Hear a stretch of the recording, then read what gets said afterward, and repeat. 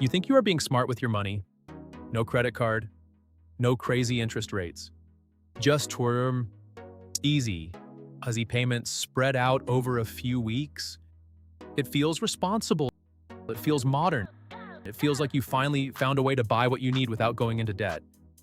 But what if that feeling is exactly what they want you to feel? What if buy now, pay later one credit?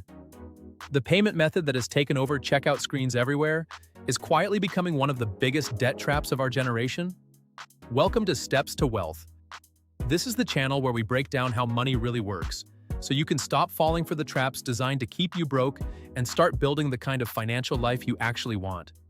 Today we are going deep on buy now, pay later.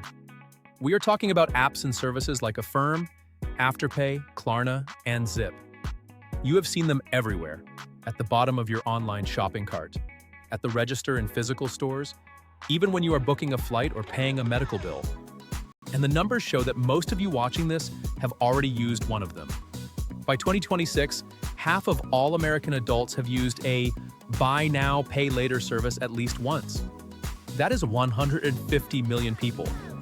And the data coming out this year is raising serious alarm bells that most people are completely unaware of. So let us start at the beginning. What exactly is buy now, pay later, and why did it explode the way it did? The concept is simple. Instead of paying the full price of something upfront or putting it on a credit card, you split the purchase into smaller installments, usually 4 payments over 6 weeks, often with 0 interest attached. On the surface, that sounds like a win. And for a long time, that is how it was marketed. No interest, no credit card, no debt, just a smarter way to shop. Companies like Affirm and Afterpay built billion-dollar businesses on that pitch, and it worked. During the pandemic, when people were shopping online from home and budgets were tight, buy now, pay later usage exploded. The number of BNPL loans in the United States jumped from about 17 million in 2019 to 180 million by 2021. That growth has never slowed down. But here's the thing about a product that makes spending feel painless. Painless spending is not the same as smart spending. And the psychology behind buy now, pay later was never really designed to help you budget.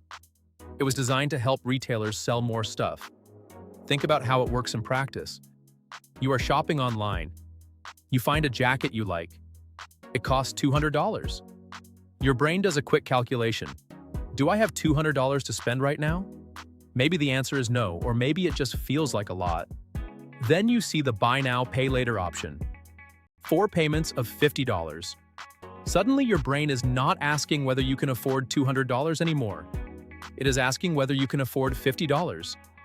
And almost everyone can convince themselves they can afford $50.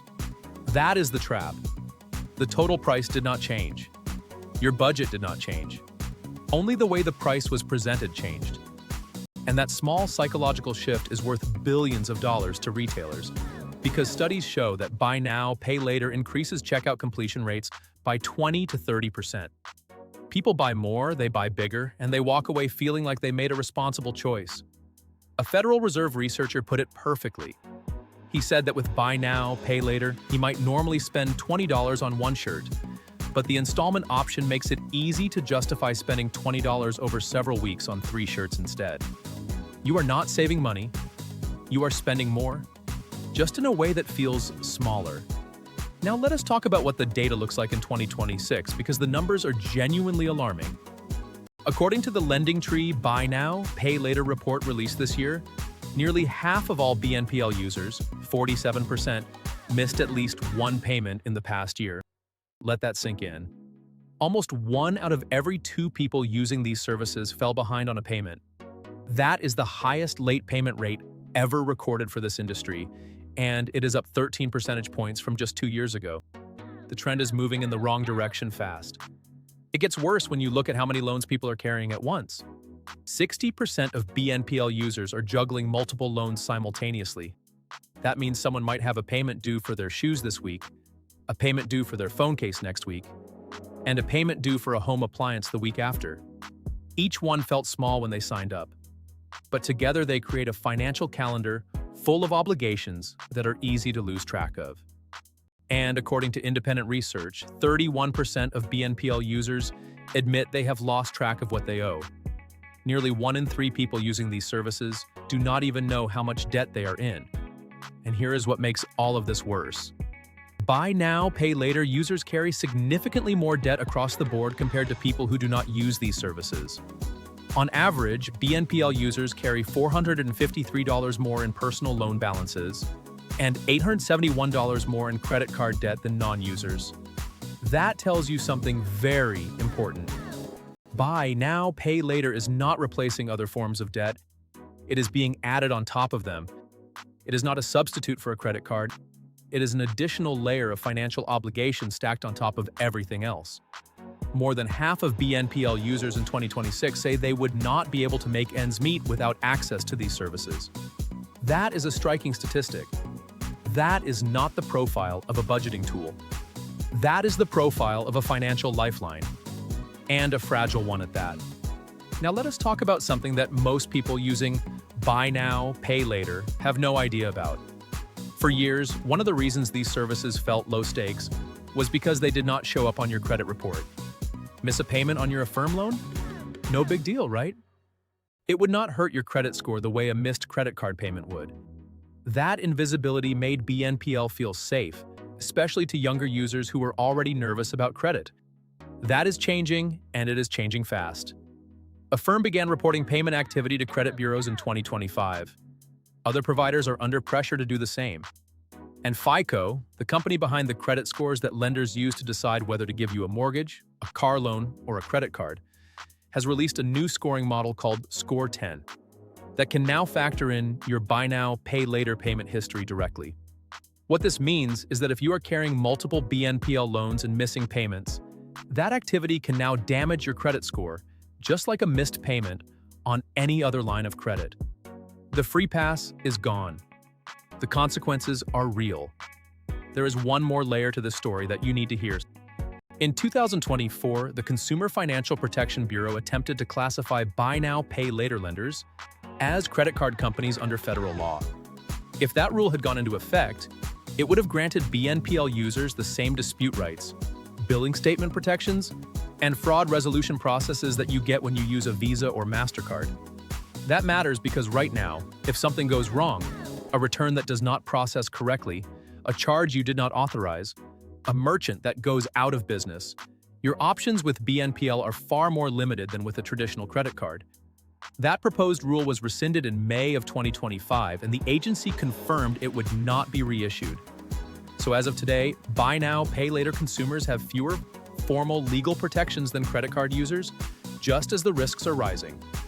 So what should you actually do with all of this information? The first thing is to treat buy now, pay later as a form of debt, because that is exactly what it is. The marketing does not frame it that way, but the math does not lie. You owe money.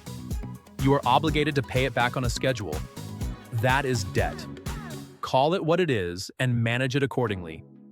The second thing is to ask yourself one honest question before you use it. Would I buy this right now if I had to pay the full price in cash today? If the answer is no, then the installments are not making the purchase affordable. They are just making the discomfort invisible until later. And later always comes. The third thing is to track every open BNPL loan in one place. Write them down, put them in a spreadsheet, set calendar reminders, whatever system works for you. The 31% of users who lose track of what they owe are not careless people. They are people who let the convenience of small payments lull them into financial autopilot. Do not let that be you. And the fourth thing is this: the path to wealth is not built on installment plans. It is built on the discipline to wait, to save, and to spend intentionally. Every dollar you send to a buy now, pay later company in late fees or stacked payments is a dollar that could have been growing in an investment account instead.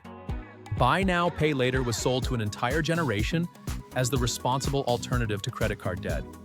But the data in 2026 tells a very different story. Nearly half of users are already falling behind. Debt is stacking up silently. Credit scores are now at risk. And the consumer protections that should have existed were taken away before most people even knew they were gone. The first step to wealth is seeing the traps clearly.